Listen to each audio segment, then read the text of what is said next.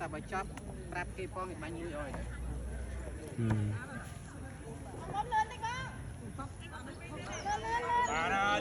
ลูก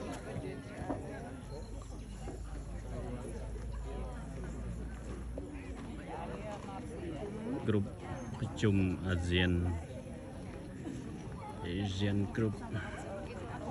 10 different country come to join except Thailand Thai អត់មកប្រជុំគេបាទតែប៉ុណ្ណឹងមកទាំងអស់សមាជិកអាស៊ាន